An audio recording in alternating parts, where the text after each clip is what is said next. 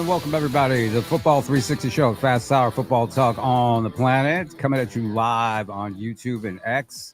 If you have a question, go ahead, reach out to us, let us know. Like, follow, share, subscribe, all that good stuff. He is Matt Bierman.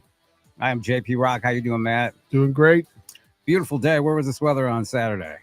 Not in St. Louis. Not in St. Louis. I can tell you that. Not at all. It rained all day. And I was stuck flag football. You were stuck out of flag football. Of course, the KC Varsity Combine had to be rescheduled to May 17th.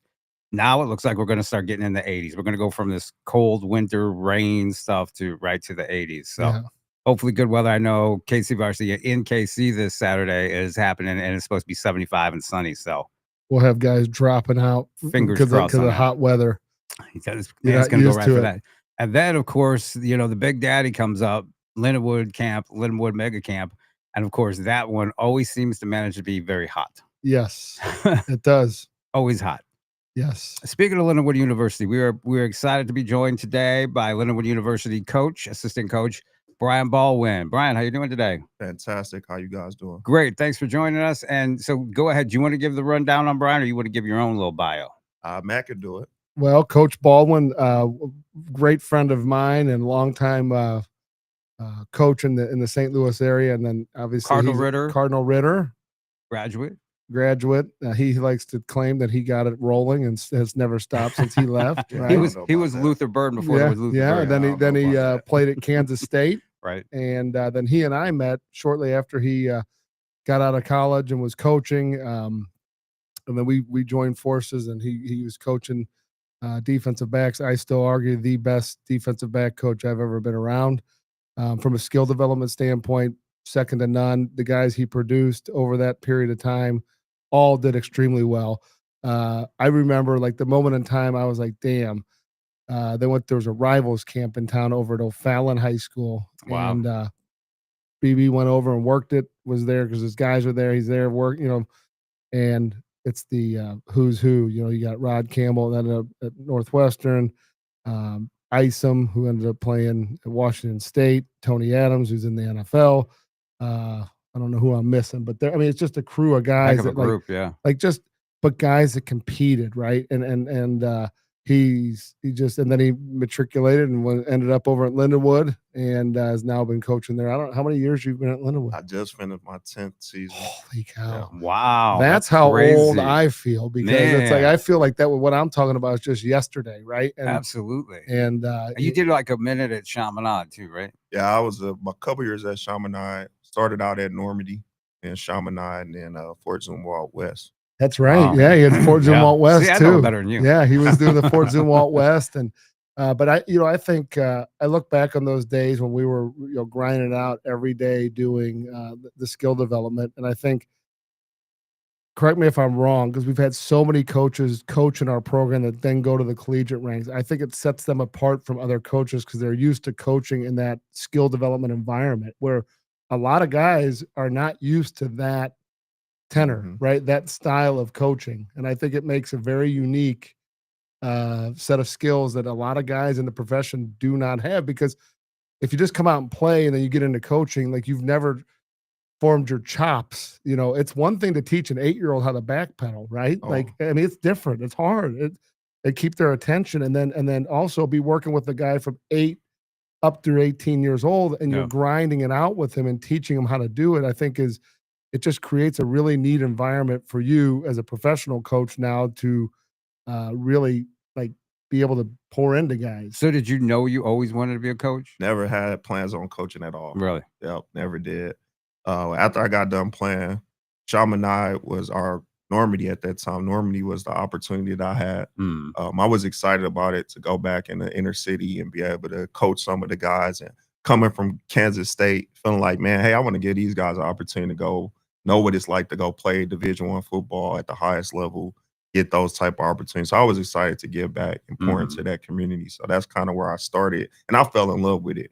I've tried to get out a couple times, man. I can't. I love it. I'm a coach. It's addicting. I mean, that's the tough thing about it, man, is it is a very addicting because it's always the next group of guys. Yep. Right. There's always another guy that you want to see through the process. And if that's your heart I think that is the tough thing. And then I mean, obviously a loyal guy. You've been at Lindenwood, and I know how it works in the college game. You know how it works, JP. Guys bounce from place to place. I mean, it's a very rare to find guys that are stable. But I also think that's component of like your family life and what your morals are and what you want to do out of your daily activities. Where a lot of people, it's like the corporate world. They will climb. I mean, college football is no different from a coaching perspective, at least my observation, than a corporate environment where you got people climbing over each other to get to where they get. And then sometimes when people make it to the top, you know why they made it there. And it kind of taints the view of like everybody sees him. You're like, oh, that guy, he's this and that. And you're like, yeah, but there's some bodies laying on the ground on the way to get to where he got. Oh, 100%, man. Politics are politics. I don't care what arena, what avenue you were in, man. Politics are in everything. We talk about that. We've talked about that, like at some of the larger schools like Mizzou, the whole Gary Pinkel era. We've talked about just the politics, and even for like recruits coming in, just the politics involved in that. So who was the head coach at Normandy when you started, and then who was your head coaches through the high school ranks? So I started under Antoine Torrey. Okay. Got a great opportunity, and like I said, I fell in love with it. Worked my way up from being just a DB coach and a receiver coach to finally a coordinator role. And then I took opportunity at Chaminade. He actually came over with me when I took the opportunity. So having an opportunity to coach with him again and be at Chaminade, and then he finally took over as head coach, worked with him for a little bit as the defensive coordinator at Chaminade. And then, like you said, I think Matt was just family, getting the opportunity to get my family. I had a daughter, trying to figure out how to make more money and support my family. Now, it wasn't just me, a young out-of-college guy, young adult trying to figure it out. But now trying to figure out how to raise my daughter and provide for her, look for some other opportunities. And working at Fort Zumwalt District, I was at West. I was able to get in the building, coach in the building, so everything was in the same spot. So I done been in a couple, working at Normandy in the building, but then coaching at Chaminade. Working at Chaminade coaching, but I was working at Fort Zumwalt School District. Right. So I'd never been in the same place coaching. So that was a great opportunity to have both of my jobs at one spot. Right. And then you were working with Matt at Elite. Yeah, then you're working on the weekends and evenings, right? It's crazy, like, to think. But I also think that creates a little bit of a grind that I think a lot of guys don't realize what college coaches, like, they see this glamorous and they, I will tell you, the perspective of the student athlete before they get into recruiting, like they don't understand, like, oh, it's like I got good coaches. And then they get into college, like getting recruited, and they're like, oh, they're not getting back to me, they're this and that. But they don't really give credence to what's going on the college perspective. Is you have a full-time job as a coach, then the recruiting component, and then there's these other, other things that are going on, like called NCAA rules and guidelines and compliance that you have to follow. And you still got to make time for the family. And then you have a family, and then you have all these other things going, and then you have people, banging on your door to say, hey, can you take a look at my film? I mean, the number of times I see poor college coaches like put out a tweet on something, and then you read the comments, and none of the comments are about what they talked about. It's only about, hey, this 2026, DB, and then you pull the kid's film up, and you're like, come on, man, stop wasting people's time. Like that guy doesn't have time to do this. Like, yeah, I would love to do a study of how many times that is successful. Probably very few times. But your job as a college coach is not easy, right? And I think there's a lot of misconceptions about well, they're sleeping on this guy, or they're doing this. I mean, there's a chain of command. There's only so much you can do. It's like talking to an NFL scout who loves a player, and he's like, yeah, but I put him into the system, and like, if they make a decision and they go on him, they go on him. If he's available, he's available. If not, there's 4 other guys. Yeah. Well, it's like what you and I, like what you and I talk about. People want to try to do what we do because they think that it's easy, right? But it's not easy. So every profession, right? Every profession, people want, and football. I mean, who doesn't want to do football all the time? But talk about how you got to Lindenwood, how you got that job, and just kind of like the day-to-day stuff and how you've built over that 10 years. Yeah, I think that's kind of starting out with Matt and what he talked about, the development and working as a trainer it is a big difference. And I do think that era of my career, learning how to train kids specifically for a position, to now get into teaching schematics, I was getting both while I was coaching high school ball because I got the training stuff, but then we talking schematics when I'm with my team and we coaching the team. So I was able to integrate both of those when we get into, actually coaching and then being able to train. So I was excited about that. That was a big part of my career. Got an opportunity at Fort Zumwalt to kind of elevate and make more money for my family and be in the same spot. That was a big deal. And honestly, JP, like I looked at Football Scoop, that's like everybody else that want to coach or think they want to coach. You look at Football Scoop and you start to try to draw lines and connect dots. Before I got into that opportunity and looking at Scoop, I would look and send out all of these mass emails or, fill out these applications for these college jobs on Indeed. And, you find all these jobs. I'm like, well, let me see. Maybe I want to coach college football. I'll put it out there. And you get this automated email back or automatic response, letter back. And I kept all of them. I got boxes and boxes of people that said, no, no, no, no, no. We got other candidates. Thank you very much. I got all of these shoe boxes full of those. But I went on Football Scoop that day and saw Lindenwood. I'm like, this is close to home. One of the biggest concerns was always bouncing around and moving your family around, starting out young with a young child. Did I want to do that? Moving my wife away from her family. All those things were kind of some of the concerns with getting into college football. So this one opportunity to be close to home, test the water, see if I like it. Well, I looked and saw Matt had a connection with the head coach as he trained his son. So I'm like, okay, there's one connection I got. The next connection was, ironically, our quarterback coach there at Zumwalt West was actually the head coach's next door neighbor. So I'm like, dude, this connection, that connection. I said, I need these two guys to speak out on my behalf. And I have reached out to those guys. And luckily I had a good rapport with Matt. He reached out on my behalf. Chad Towers, who was that coach, he reached out on my behalf. And I was able to kind of bust through that, hey, automatic deal. And now I was able to bust through and get my foot in the door. And that kind of helped. And that kind of carried the way. So that kind of got me in the door and got me in the building there. That's great. Yeah, which is crazy because all those auto responses basically mean you don't have that relationship. We already got someone we're going to hire anyway. And so you see that in the coaching, where I think it is really amazing that it's a people business like anything else. It's a very tribal because it's like, hey, where'd you come from? What group of people do you know? And it's like, it's kind of bizarre, right? Yeah. But I think it's the same in many other industries, right? It's no different, right? It's no different, but it's what we love. So it's very, easy to look at and go, oh yeah, I can see that. But the outside looking in, it's like, well, that's a college football coach. But they don't understand the role and what they do. And but I do think it's interesting. Like if you could talk about like your experience that first year of coaching and then what happened shortly thereafter, then it gets crazy, right? Yeah, I mean, I got my foot in the door, started out as a GA, just like a lot of guys. Kind of ironically and fast, I went right into a full-time job after one semester of doing GA. And we went to 10 full-time coaches. So I was able to kind of move up in the ranks really quickly. Went through a season, and honestly, I was fired after my first season there. So I didn't know what to do. I didn't know if that was God saying, hey, I know you want to try this college football and this is not it. I need you to get back to high school ball or what. But I hung it out and we hired Coach Stugart, and man, he was a great guy, came in, had the same type of values and morals, and man, we connected and I was able to stay on. So I stayed in 10 years later, So, yeah, they wiped the whole staff out. It wasn't just you that got fired. They wiped the whole staff. So going through this, I remember having the conversations with you, and I remember bringing this up with Coach Stugart.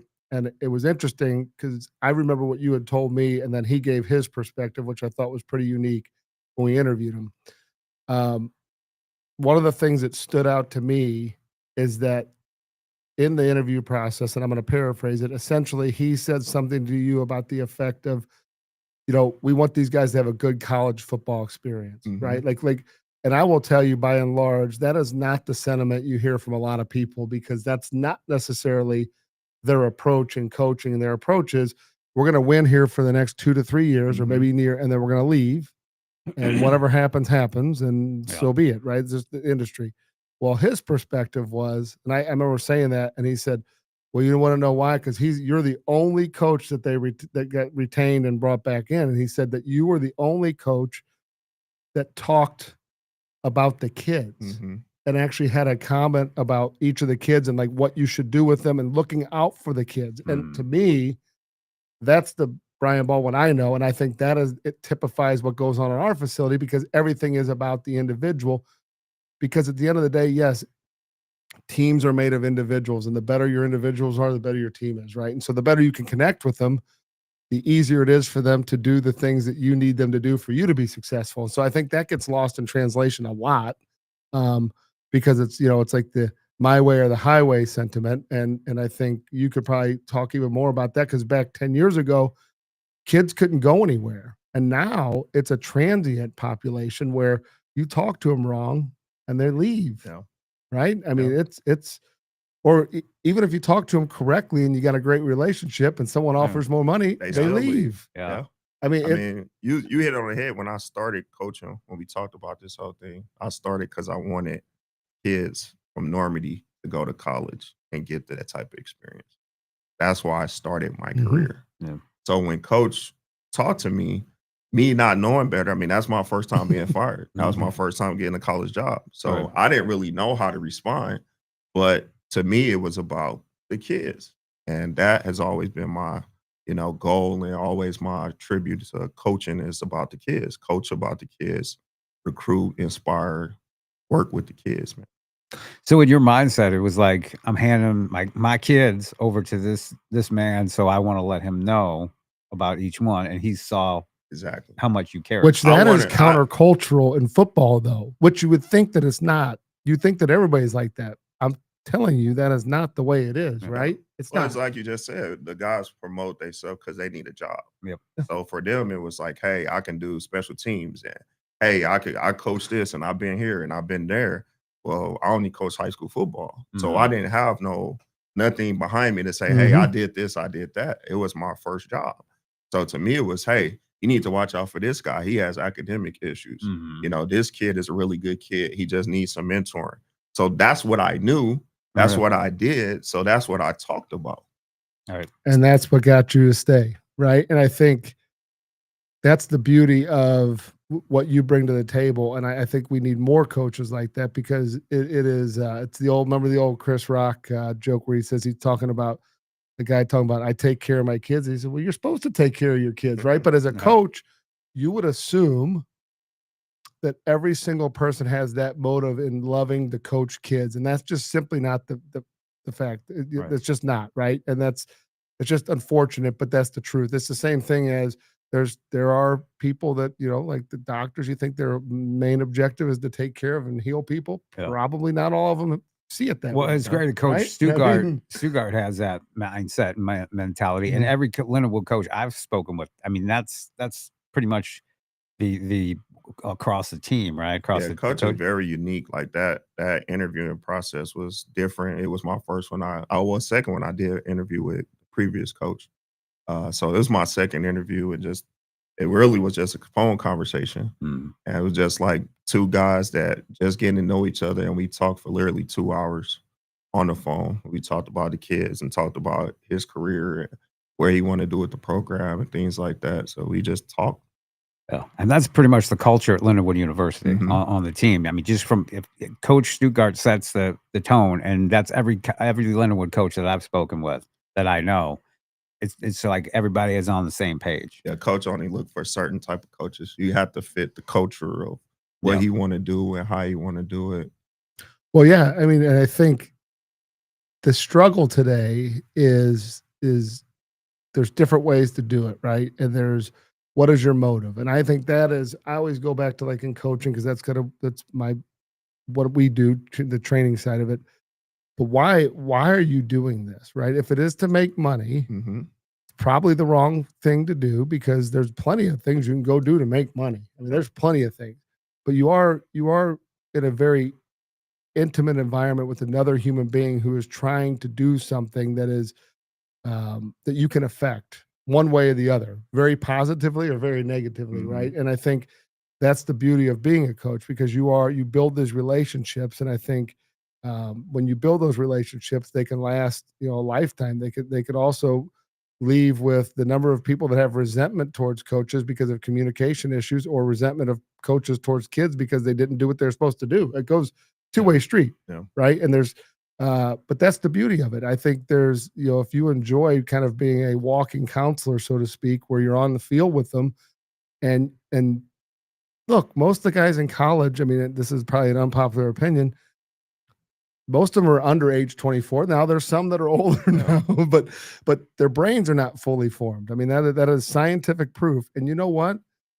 As a coach, you have the opportunity to help round them out and make them turn into the man they can become, to help our society, help their families, help push the game forward, or do whatever they're going to do in life. And you really have a good impact on that throughout that and process, because those are formative years. I mean, yes, they're physically grown. We treat them differently because they are not in high school anymore. But let's be truthful, they're still in a transitionary period between, kid to adulthood. And so, the number of young men and women who do collegiate sport that get to go into our society and push things forward. I mean, there's a lot of those people make things happen in our society, right? And so the better we train them as athletes, the better they're going to hopefully, make that transition into the business world or parenting or whatever it might be. But I think the job of a college coach gets undersold because it's like, oh, high school. Yeah, but that's a time and place. College, for all those kids that are playing, is just equally as important in my book. Yeah, So 100%. When I was coaching high school, it was like I was trying to prepare these guys for the college life. And then I got into college, and just like Matt was saying, now I feel like I had to help prepare these guys for real life. All right. Being with Coach, he brought up the, three-dimensional coaching, transactional coaching versus transformational coaching. And that is kind of when I started to figure out what kind of guy he was, what type of coach he was about, and what kind of coach I am, and how I've been my whole career. Transactional is, what can you do for me? If you're doing good, I'm going to love you up. If you're not doing good, no use for me at that time. And when we're done, our career, you move on, I move on, and it's that transaction is over with. When you're transformational, you're digging into the relationship piece of these guys. Who are you? Where do you come from? Let me know when you're getting married. I want to be there. Let me know when you're getting your first child. Yeah. I want to be a part of that, and I want to understand it and be a part of your life. Right. That's the transformation, and that's kind of how I've been throughout my career. And Coach kind of, through the three-dimensional coaching, gave me something to stand behind and say, okay, I'm a transformational coach. All right. So that was a big deal for me. And not to put you on the spot, but what percentage do you think in college of the coaches are more transactional than transformational? I definitely would say it's probably more transactional for sure, 100%. I have a story. It was we touched on it a few weeks ago. As a kid that we know, a friend of the show, who would, had a interaction with the coach that will remain nameless, both of them. But in the conversation, it was just asking about, like, hey, what's the plan for me? What are we going to do? And the coach looked at him and said, the coach called the meeting. And the coach looked at him and said, like, hey, man, you don't even have any, like, I don't know what you think you're going to do. Like, this is before the transfer portal opened. He's like, I don't know what you think you're going to do. Like you don't have 100 reps. No one's going to take you, da, da, da, da. And the kid's like, no. I want to know what I'm going to do here. I'm not talking about leaving. And the guys, then proceeds to get a little angry because he had some pointed questions about things that were going on with how reps were being distributed in practice, just asking. And the coach looks at him and says, yeah, I'm gonna be honest with you. If you leave, like if you leave, don't ever talk to me again. Blank, blank, blank, and you're dead to me. Yeah. And I would consider that transactional. Yeah. I don't think that's transformational. I think that's very transactional. I think running you off is. And so I think what's interesting is like to give that coach, though, to give a little bit of credence on his side of the deal, he's probably had so many of those conversations where somebody's coming in and he's defensive now. Maybe when someone's coming in with a pure heart, just saying, hey, I really just want to know, and I'm not angling. I just want to know where I stand. Versus 99% of those guys coming in to know where they stand, they're trying to leave. Like they're either trying to get more money from you or leave. And so Here's you the know, thing. from that perspective. Yeah, but I mean, I know who you're talking about, and they have a public face, and then they have the private, and that's him. Yeah. Right. That's who that is. But that's not Coach Stuttgart, right? Yeah. No. What you see is what you get. In fact, he was on the show last year, and he's just so chill. He's just sitting back and just like you said, we're just having just. By the three guys way, having he is basking in the Australian sun as we speak. Look at right? that. He's down under. Hanging out with why Crocodile Dundee. Yeah, this is why everybody wants to go into coaching, right? Yeah. Because But his daughter is playing professional basketball in Australia. Oh, wow. And I think she just graduated. I saw looking at the pictures online. So I think they had their graduation here, but she's already playing over there because the season must have started. It started early. So, but yeah, I mean, what a cool experience That is really for for him and his family. I mean, that's got to be a pretty cool deal. So, I'm sure he was probably just crying when he had to get on that plane and fly over there to Australia. Baby. He was a big baby. Coach was a big baby about that, man. He was really tore up about her leaving. Yeah. Oh, I would imagine, man. I mean, that's we have one of our coaches who I think Leon Moody. He played. He went over there, did some played a little ball over there, and he said it was probably one of the coolest places. He said it got him out of his comfort zone for sure. He's like, but the people there could not have been nicer. He said it was just really neat, but it's a really strange country as far as like how it's all set up around the perimeter and then the middle is like because the middle is like prehistoric times. Yeah, there's not much. Yeah, there's not much inhabitation going on there. But he said it was really neat, and he said he'd go back again if he could. But yeah, it was one of those things where you see Coach over there. I'm sure he's learning a few things about the Australian lifestyle. But and then he's going to come back. I don't know when he gets back, but he's going to come back, and it's going to be within days or weeks of Lindenwood Mega Camp time. Which I think that's one of the main things we want to talk about today is I think there's we'll rewind. Yeah. Because you were a part of, and this is not throwing shade at anybody, but the impetus for how the mega camp is today and how it was kind of, I don't even know what it was called before. It was the Lindenwood camp before, but it was a big event, but it was not a well-oiled machine. It was not structured as well. Would you say that? Yeah, it was a little difficult to run and operate. Okay, so the last year, so your first year when you were there, I remember training on a Sunday and coming over and pulling up because I just was going to hang out and see everybody. And there was a line. And this camp was supposed to start well before I got there. There was a line up the hill past the stadium. I was like, oh crap, like that ain't good. And there were so many kids on the field. And then I remember like we all had the conversation that following year, like, hey, let's do this. And the new staff was so open-minded, and Mark Lillibridge was involved, who's now the GM of the Brahmas and the UFL, and had so many conversations. And then it turned, I remember the first year, I didn't know what year it was. What year would that have been? Yeah, I don't know. I don't know. Horrible with the dates and times. Yeah. I'm horrible with it. It all blends together. 4 or 5 years, about 6 years ago. But it is honestly one of the best, and I'm tooting everybody's horn involved. What we hear constantly, the most well-run, best mega camp in the country. And there are plenty of them now. Right. And there's plenty of people that have popped up, but it is crazy. Like, because you hear kids war stories and horror stories of other places that they go to, and it's not. And I got to tell you, so like my son now is at that age, right? So he's going to some of these camps, and I'm looking at like different things we're going to do. So I was scanning camps, and there's a couple mega camps that are out of state. And I look at how they register, and I'm like, that don't work. Because you have to know that there's a way to scale people in and get people out.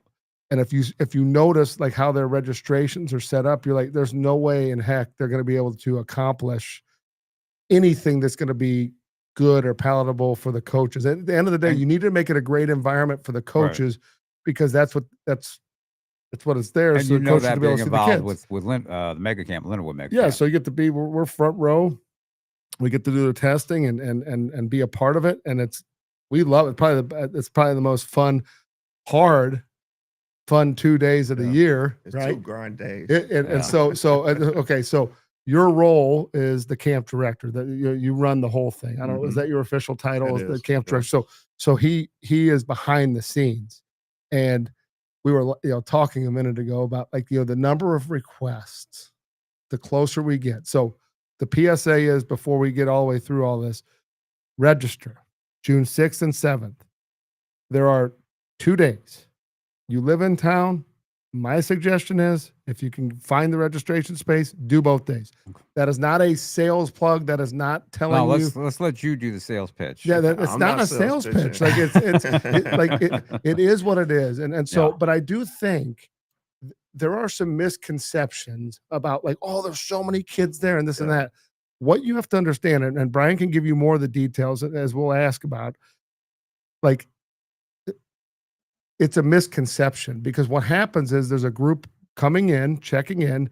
There's a group basically warming up, and there's and then they test, and then there's flow, and then there's people on the field being evaluated. Okay, and the perception is all those people are out there at the same time. The college coaches have 2 primary objectives. They don't care when you're warming up. I mean, yes, they may at early sessions they're walking through the lines because there's nothing else Identifying going guys. on. Identifying guys Right. that they know. Yeah, they that identify. Yeah. But the testing they watch, right? But then they Mhm. also know that if they don't see it, they're going to get the results on their phone. Right. Okay. So they can look it up on their phone. The other side of it is obviously they're out there watching the drills and they're involved. The perception is there's so many kids out there. How many kids per position group typically are at any one time on the field? Not testing, not in the stands, but on the field Per position group. per position group. I mean, it's no more than 150, 175 guys. Total kids. Total Broken down kids. between, probably Wow, every four- position yeah. group on a Right, football team. right. And so here's the thing. You're assuming and that breaks down the number of quarterbacks is pretty small actually. Yeah. It's under 40 guys, right? I keep the quarterbacks limited, and part of that reason is to get reps. If you have 100 quarterbacks, you might throw one time, Mhm. and then they're gonna go and say, "Man, this camp sucked. My son threw the ball one time. Yeah. He didn't get evaluated." Right. So limiting your quarterback numbers, that kind of allows you to be able to get plenty of reps for quarterbacks to get evaluated. Then it was like, well, dang, how do you get more quarterbacks? Well, we put a mid section, which is our linebackers, our running backs, our tight ends. We put quarterbacks in that group as well. Well, now you get an opportunity to get evaluated. Yeah. Well, nobody wants to get into those sessions because they feel like they have to throw to receivers to get offered or get evaluated. You don't have to do that. No. You don't. You could throw to those linebackers. You could throw against the linebackers and with the tight ends and running backs all day long. If I'm looking at who you're throwing it to, then I'm probably recruiting the receiver. I'm not recruiting the quarterback, Right. Yeah. Yeah. Right. Again, there's strategy, right? And everybody tells you, hey, go to the morning session. Okay.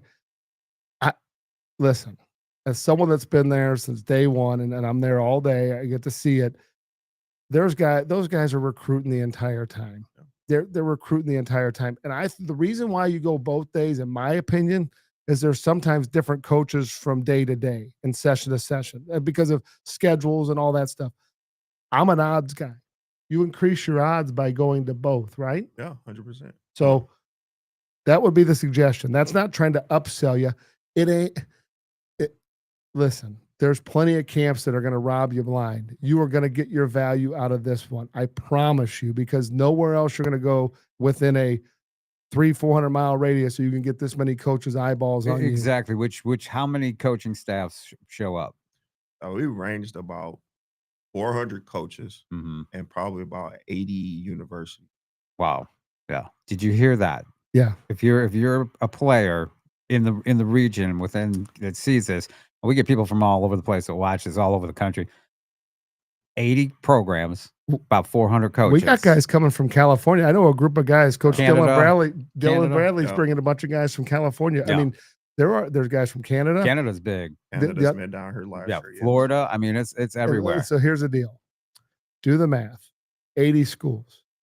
You can't get to 80 schools this summer. There's only 3 weeks of summer camp that are pretty much missable for college camps. Okay, you ain't getting 80 of them. So the mega camp Some model. kids try. Some cats try. And I'll have like parents or players will be like, I'm going, and they'll put out their list. You see them, Oh yeah. right? All It's the like time. 10, 12. I was like, what are you doing? Yeah. What are you doing? Well, the other One-stop thing shopping, is, right? okay, like you want to pre-communicate if you can. Now, if you're a young guy, they probably don't know who you are, but like you want to introduce people. Like I've seen some guys work the mega camp. I've seen like kids that know, like they're pretty savvy. Oh yeah. You know, he can tell you. We've also caught coaches down the field that are like personal trainers and like representatives on the field, like people doing crazy That's hard stuff. because security's tight. You can't. Yeah. Well, yeah. Well, We that's try the to thing. keep a tight ship. Yeah. A couple years ago, there was a guy who was astutely wearing a university Oh, yeah. branded shirt, right? Yeah. And then people figured out like that dude, this guy's here with, and you see him because you can tell, because when people are testing, it's usually like a speed coach. So he's over there and he's coaching them through, and this is like, what are you doing here? Yeah. But you're trying to game the system. The problem is, I think that's a bad look if a coach is standing there. I just think it's a bad look. I think at some point you got to let them compete and let them Talking do about their a trainer, thing. the trainers. Yeah, you just got to let your guys compete. If you've trained them properly, They should be prepared to go, perform, right? I on. mean, any last second coaching is probably not going to help you. So, Yeah. but I think that the setup, the design of the camp, the special teams component, the JUCO and transfer portal component, the just the focus, the detail of getting people in and out. Believe me, it looks easy. It isn't easy. No, It is not easy. The way that it runs so smooth. And, that And goes this back man to, right here is already working on it. And the days leading up to it, and the day of, and the second day of, like there's no rest. I mean, I would say everybody's involved. Like our blood pressure's up because you want to, like, simple things, like the flow of people coming out. Oh, we got to get more guys doing height and weight. We got to get these guys moving through. Oh, the warm up needs to be 5. Whatever it might be, Yeah. right? And I will tell you. I'll tell you an interesting story. It was the first year, and you probably remember this. One of our coaches, who's actually now lives out of state, was not doing the warm up, but he was so excited to be there. Right? I mean, Marcus was doing the warm up. And he yelled something, and it was not like a horrible like curse word. It was like, I don't even know what it was, but it wasn't like crazy, but it was probably unnecessary, right? And Coach Stewart comes up to me and says, "Hey, can you talk to him?" And I said, "What did he do?" And he told me. I said, "Oh yeah, we'll talk to him." and it was one of those things where that it's a like he runs a tight ship, right? And so the coach, whatever had said, was literally, he thought he was like pumping the guys up. Mm-hmm. One of those things, you know what I mean? And that's what I appreciate, because Elite is not that. Lindenwood is not that. It's not all this false bravado, yelling and like banging chest. No, it's come there. It's very professional. Prepare. Yep. Come there, put on, meet coaches, leave, come back and do it the next day, and then help your summer get off to a jump start. Yep. Right? Yeah, I mean, you hit it on the head. I think the first part of why did we start it, and looking at the miscues and mistakes that we made on that first year, how when the great minds sat around me, you, Little Bridge, giving credit where credit is due. Little Bridge, you, me, John Eastman, all sitting in this room coming up with a master plan of how do we get this thing to operate and flow the right way. Mm-hmm. And once we kind of created that, then it kind of took off.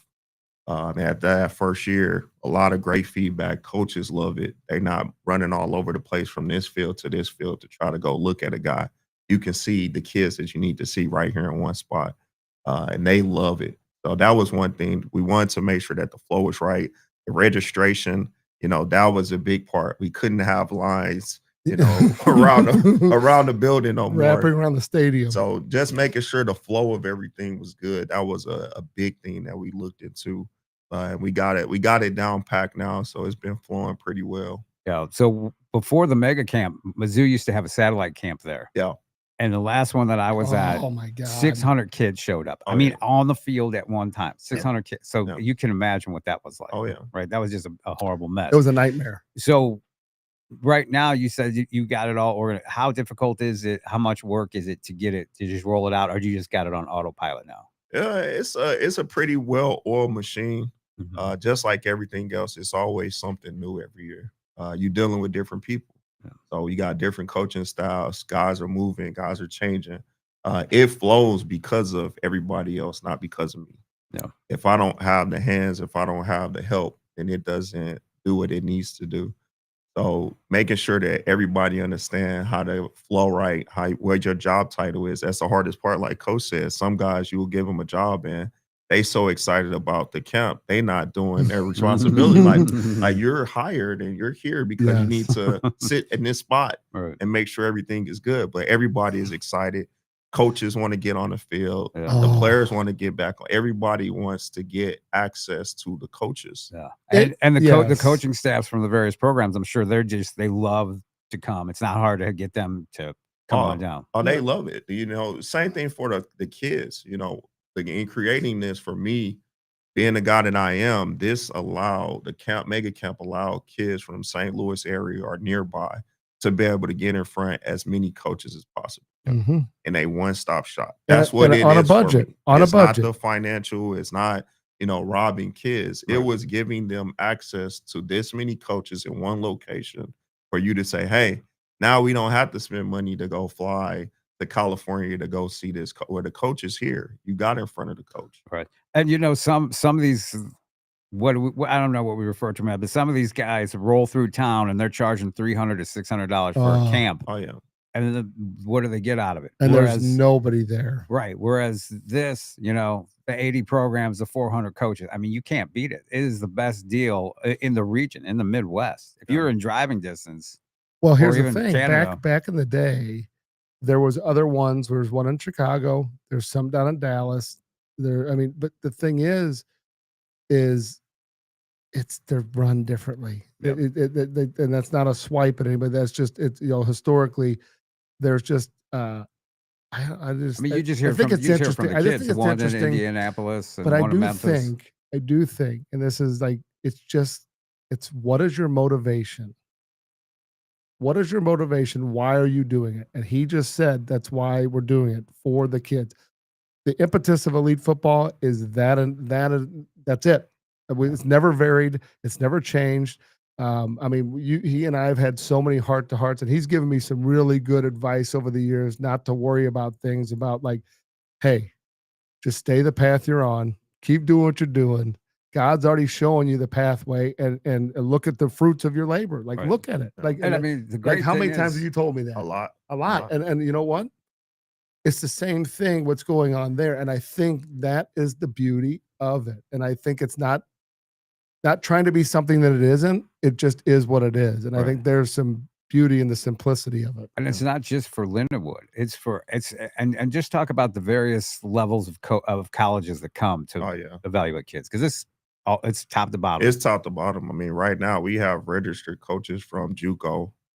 We have D2 schools. We have NAI schools. We have Power 5. We have Power 4. We have FCS. I think that's all. D2. We got every level, registered coaches coming that want to come evaluate you. So if you're a dude, right? Everybody slept on. I'm sure Oh, yeah. you had. If you are a dude at all, there's somebody there who's gonna see you, Somebody. right? And the offers do flow that day. Oh, oh, yeah. oh, There's a lot of offers that go out 100%. right away at Yeah. the end of camp, during camp. A lot of offers that go out. So, word to the wise, there's a little bit of gamemanship and knowing what you're getting into. So, okay, you'll come check in, you'll sit in the stands till you're ready. They'll come get you to warm up. You'll warm up, you'll test, you'll do all your position work on the field, one-on-ones, position work with the one-on-ones, and then you will transition to the stands. Coach will come talk to you. At that point in time, if you'll notice, there's coaches hanging around that will kind of move over into Yeah. that area. But The you college have coaches. areas. That for area, yeah. is designated for college Yeah. coaches, for recruits Mhm. to Yes. interact and have those conversations. Don't be in a hurry to run out of there. Be in a hurry to maybe introduce yourself, maybe continue the conversation that you may have had earlier. Yeah. Like those are the things that people come, and then because you can have someone go, oh, well, I went, no one talked to me. Yeah. You walked right out as soon as coach got done talking. You were all the way in the top of the stands and no one even saw you. And even- someone may be looking for you. Even if they're not looking for you, be a man, go up there, and introduce yourself, Yeah. because I mean that matters, right? How many times have you 100%. had a young man just come up to himself and all the introduce, time, right? all And the time. and of course that makes you think, huh? What's this? When you talk about that, it's a couple of notes, recruits need to take in hand doing mega camps or camps, but mega camps specifically because of the amount of coaches there and the amount of kids. Mhm. You have to stand out. So I notice what a lot of people are doing. Kids are wearing certain color gloves, off color shorts, some very flashy, colorful Mhm. shoes. Those little things, coaches might not be able to know your number or look behind you. But if I can pick out right away, man, the kid with the green gloves, let me go get my head coach. Hey, he got to see the 100%. green gloves. He got to see the green gloves. Yeah. They're going to look for those green gloves and they're going to go find you. And now you didn't have to go find them. They identified you based off of the color of that you're wearing. Yeah. So those are things that can help stand out in identifying coaches before camp, having those conversations. Hey, coach, I am going to be at the mega camp. I want to talk to you. I want to make sure you know who I am, see my face. I hope you get a chance to evaluate me and see me.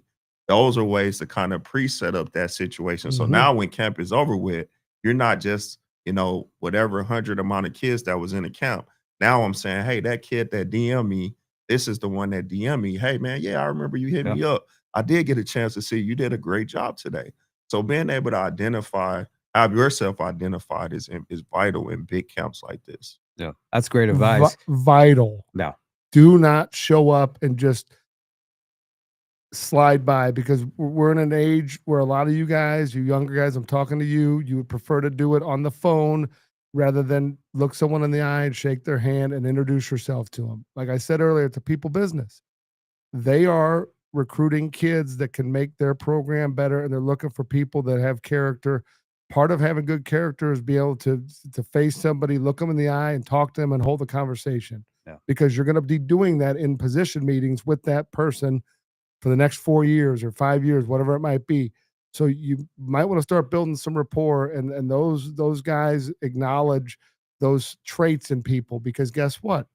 They don't want the guy that doesn't want to have the conversation. They don't want the guy that just wants to get the offer so they can post it online. Mm-hmm. They're trying to weed those guys out. And the question I was going to ask you is, let's just say 6 years ago, mega camp was important, really important. Today, I'm not going to say it's important. I'm saying it's vital, Oh yeah, because the landscape has changed. college football changed. so It has much. changed overnight. Okay. 2 things. Well, I don't think I should go. My son's only going to be a sophomore this year. Oh my gosh. No, he should be there. I don't think I should go. My son's going to be a freshman. He should go. yeah, my Right? son's not ready. Right now, there's rules. If your kid's in 8th grade, doesn't need to be there. Right? The 7th grade doesn't need to be there going into. But high school age kids is who this is really for. And then there's some transfer portal and JUCO. But the reality of it is if you're going into high school or you're in high school, it's for you. And do not pass it up, because you only get one opportunity to really do it per year, and 4 times in your career to do it. And you should do all 4 years, and all should be there 8 days, in my opinion. I've done it a 100%. long time. I mean, you can't say you want to play college football and you don't get in front of college coaches. That's it. That's it. Truth. Rather you do a mega camp, rather you do a prospect camp, you have to get in front of coaches and show what you can do, because us as humans, we only gonna trust our own eyes. That's it. That's the truth, and that's what I So- tell people. And I mean, it's great if you go and somebody hands you a little plastic placard that says MVP, right? Or they're going to write a little blurb about you and online, but that's not the same as getting in front of college And coaches. seeing it. That No. stuff, you don't care about that stuff. It's good stuff. It's information building. Right. It's stuff that you say, okay, well, he meet this, check Yeah. mark. But I'm still not gonna say, hey, I know 100% this guy can get it done, because I haven't seen it. Because you want to see them. I want to right. see it. See, You there- want to see it. Okay.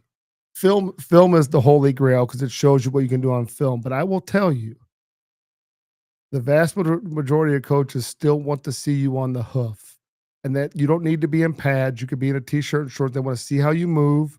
They want to see how you play in different scenarios, and they want to see what your mannerisms are, how you carry yourself. Like, are you Did you say film or did you say highlight? no film? Okay. Yeah. Because highlights, he knows. yeah, highlights. Yeah, explain your Explain the your- highlights. I mean, you highlights are your best plays. yeah. You're gonna put the best things on there. Yeah. Yeah, that's great, and that's fine. Yeah. Watching the complete game, you get some good stuff Yeah. that tell you how you away when the ball is away. You know, are you lazy? Do you really work hard? Those kind of things can be verified through watching a full game. Mhm. Going to a game and observing it is another whole level. Now, what Matt is saying, I can stand at the game in the sideline and I'm watching you walk off and slam the helmet. This is what we talk about. This is why I can't see that on your film. I can't see that on your highlight. No. right. And this is why everybody that I evaluate in person. And as you know, I'm all over the place. And that's Because you why believe your eyes. bingo. I know. And- And for what you said, I see the stuff, and this is why I always tell kids when I talk to them, I'm like, you never know who's watching you Never. and what they're watching. Yeah. I watch you from the time you come out of the tunnel, walk on the field, your Mm-hmm. warm up. All this stuff is telling me stuff. It's all giving me data on you. Yeah. And your attitude, 100%. Uh-huh. How you How you That's- accept coaching. exactly your Everything. your huddle How you film. react with your teammates. Mhm. Yes. You know, guys that's yelling at his teammate. Are you truly a team player or is it about you? Like Bingo. these are all evaluations that we get to have from being at a game. Yep. Yeah. And if I'm not there and I can't see it, I mean, your coach is not telling me, hey, you know, Right. this guy slammed his helmet every time he got beat on a pass. Yeah. They don't tell us that. They Right. tell us, hey, he's a great player. You've seen the film. You Oh, know he yeah. can get it done. He's the guy. And then he shows up and he's just a complete head case. yeah. You know, and I think that's the tough thing in recruiting. And and let's be truthful, like that's why you can get burned in recruiting, right? And I think the tough thing is there's a lot of coaches that will sell their kids as better than what they are, right? I would take it a step further. It's really hard to get, but if you have someone's practice film, right, and just watch like we do all of our stuff like overhead just with a drone, I'm telling you, you can watch mannerisms. You can watch who's in the back jacking around. You can watch who's over there actually like taking the coaching, who's finishing blocks, who's tackling, who's being in position, who's accepting coaching, all that stuff. It's just like the big eye in the sky, right? And so I would assume you probably don't get to see a ton of high school kids. People aren't giving their practice film just because but everybody's filming it. They should be. You'd be surprised. But I it's the don't see same. a lot of Yeah. practice film. Yeah, I've but you know never seen what? It is one of those things where it's kind of like, it'd be nice to see because you can see if the kid is doing that. Because at the end of the day, you're practicing way more than you're playing, right? I mean, you are. Yeah, That is football. That is football. Go out to a practice though. You'd be surprised how little really happens at a lot of high school Yeah. practices. You Yeah, know it's what I not a mean? college with periods. Right. But yeah, I mean, you guys film everything, right? And you're Yeah. watching. And in college, you watch a lot Oh, of we watch a practice lot of film. film. I mean, it's Yeah. crazy how much they watch. So I think, dispelling, like what kids think college football is and what it isn't. I think that's where kids got to learn a lot more about the process of what they actually think they want to do and what it actually is. Like Lindenwood is a great place to go watch a spring game. It's a great place to go watch a practice. It's right in our backyard, the only D1 in the metro area, right? So you can go watch all the stuff and see what's going on, right? And I think you might decide at the end of it, you might just want to go be a college student. Well, and, Right? you guys have really upped your recruiting Yeah. locally. Yeah. I mean, you guys are getting some dudes. Talk about that, process, how you've gone from where you were to the guys you're getting now. I mean, you guys, like last year you got Hoyt Gregory, right? And before that, who's the quarterback from East Side? Pops. Pops. Yeah. Yeah. Pops. You got Fresh Woods. Yeah. I mean, those are some dudes could play anywhere. Yeah, it's been important to recruit your own backyard. Yeah. You can't be disconnected to a major area and not try to recruit, locally when you got this amount of talent close by. I do think it's a double-edged sword. I'll be honest about it. We can't take every single kid in St. Louis. Mhm. We can't. We just don't have the roster to. NCAA will not allow us to do They're that. limiting the rosters as we it's, speak. It's roster as we limits. speak, yeah. So we can't take every single guy. So, we try to get what fits our system the most, what we feel like will help us the most. So we try to take care of home first and then recruit outside of that. But at the end of the day, we got to take guys that we feel like gonna fit the mold of our program and the growth of our success. No. Have you seen it easier though over recent A lot years? easier. I think, for the kids, I think the perspective of Lindenwood is a lot different with the D1 tag. I do think that you get into a whole nother level of competition now. You go D1, well, now the kids that you want to get now, they want to go FBS. Mhm. So now you fighting those guys for the same type of kids, and the kids want that level. So you're not going to get them. So now you're trying to find a sweet spot between a FCS kid and a D2 kid, which is a vast majority of kids. So it's harder to recruit. I do think the level of type of kids that we get access to is a big difference. I noticed that on, our junior days. Oh yeah, They look a lot different now. I'm telling you what, the transfer portal is your friend because there are dudes who could have went, to other schools, FBS schools. There's no room. They're for dropping them. down, right? There's no room for them because of the portal, especially quarterbacks. Oh yeah, dude, it's brutal. Tough for quarterbacks. That's the limit, the amount. I mean, the other thing too is specialists. Mm-hmm. I mean, we tend to forget about the importance of that. I am special team coordinator, by the way. Shameless plug. So those special teams matter. Those guys matter. They do. And those guys they win you games. They the first ones when you're looking at roster restrictions. Those are mostly the guys that get cut. Yeah. So he brings up, this is before the show we were talking. So to keep everybody abreast of the situation, there is a major issue going on in college football or college athletics as we speak. What's going on is essentially there's this House versus NCAA lawsuit, which we've discussed numerous times. The judge, we talked about this a couple weeks ago, basically gave out a ruling 14 days ago, and I think the 14th day is tomorrow. And she said, you need to figure out this roster limit issue, right? Because they at football, for say, went to 105. And then there's 85 scholarships, and now there's debate whether the rest of the guys are walk-ons or are they on scholarship, are they getting paid, whatever it is, right? And the NCAA across the board, I don't think it was them, but just the member institutions started cutting spots in anticipation of this new ruling. And what happened is some of these kids that lost their spots then petitioned the court and said, this is wrong. Why am I losing my spot over this, right?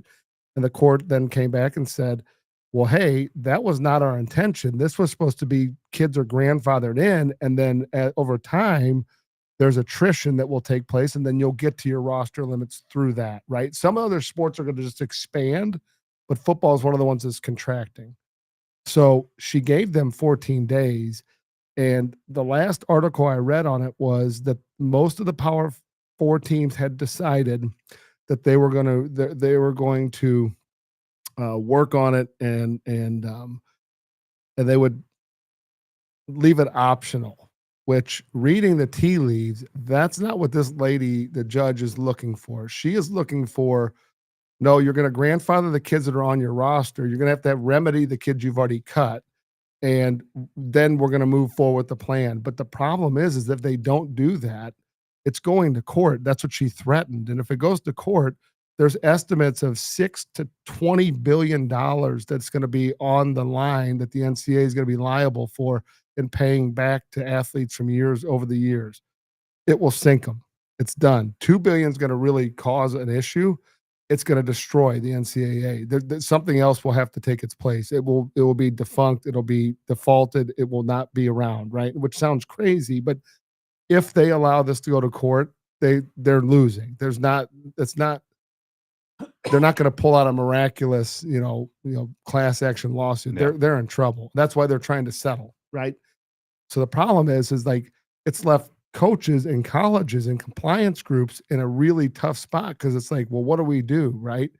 And we can't take every kid out of the transfer portal. We still got to take kids from high school. How many kids can we have? It's an arbitrary number. Who decided 105? Like who?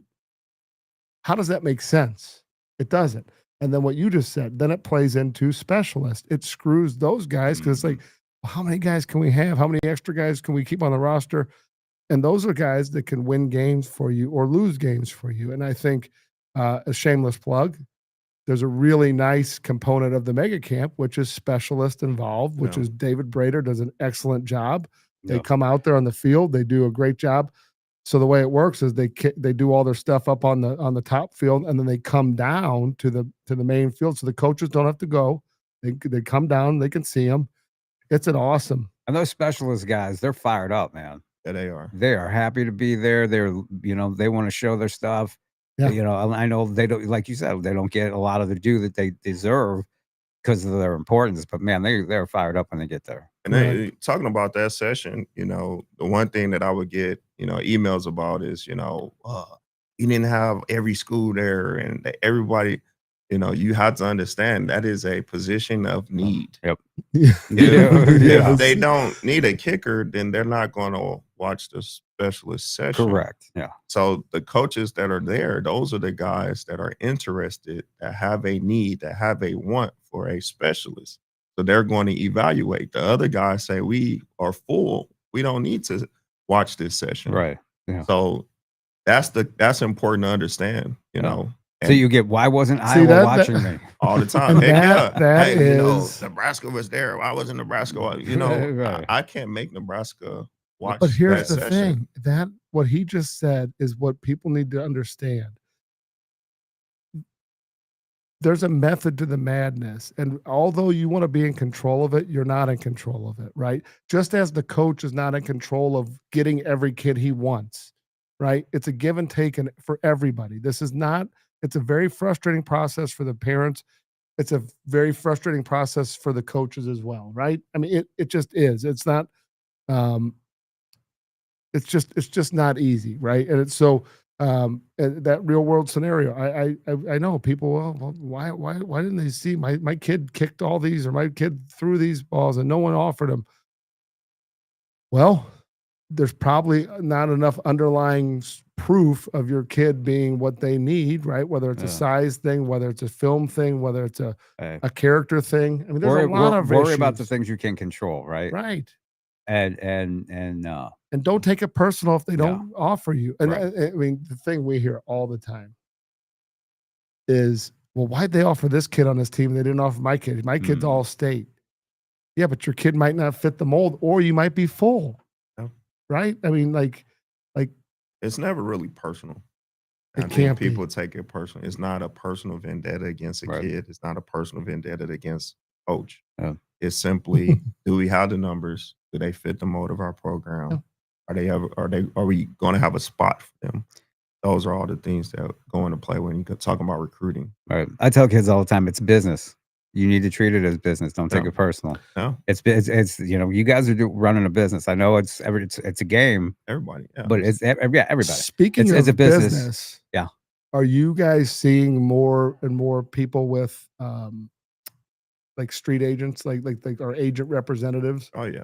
Yeah, more and more, right? Oh, yeah. High school kids, or is it more of the transfer portal guys? I haven't really seen it with high school. It's been more transfer guys. Yeah. And then they're negotiating deals. Oh and- yeah. Yeah. It's a There's some. speaking of business. Speaking That's of business, business. that is business. We're running out of time though. We're actually a little over, so we Uh-oh. got to speed. I know we got to Well, we're speed it just up. too much to talk about. I know you got to come back. Yeah. So go ahead, tell everybody where to go to sign up for the mega camp. So it's online. We do have I think it's football.lindenwood.camps. We'll put it on the show notes. Yeah. You We'll put it on can the you show put it notes. up? Yep, we'll put Yeah, it on we can there. put it up. We have a link. If you follow any of our Lindenwood football stuff, it's all on there. But plenty of spots open, a lot of opportunities, like you said, from specialists, high school kids, transfer portal, with the portal going on. A lot of kids in there trying to find opportunities. That's a session that I would think a lot of kids need to try to get to if Yes. they're Yeah. trying to find a school. And it closes fast, so get It in there, does. get signed up. You guys try to accommodate everybody, but Yeah. there's always some people who are walking up waiting. We're about better a believe month it. out. Yep. Yeah. So we're about a month out now. Right. And if everybody wants to find out more about Lindenwood football, Yeah. where do they go for that? And just they're interested. Say they're a really good player, and they're like, hey, I've heard that you today. Yeah. I want to know more. How do they get in contact with you guys? Social media, our Twitters, our X, whatever you want to call it. Yeah. We just put something out about all of our coaching staff. So that's a great way to start connecting with coaches. But Twitter's a good place. Probably about it. And Lindenwood's a great option. And it's close, man.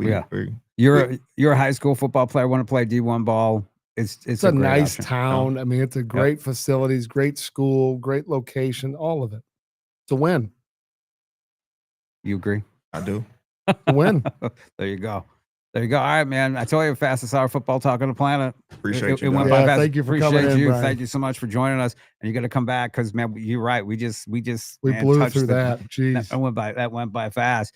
Joe, I'm assuming you got our socials up. Is that right, Matt? Yeah. So you could reach me at Elite on X, Elite Football on X, and Elite Football Academy on Instagram. Yep. JP Rock MO on X. JP Rock Scouts U, the letter U on the gram. Of course, everything football360show.com. Find it on there. YouTube, X, Facebook. I don't know how much you keep that updated or not. A little bit. But you can try on there. You can try Go on the website. Yep. Everybody enjoy this beautiful weather, and we will talk to you next week. See ya.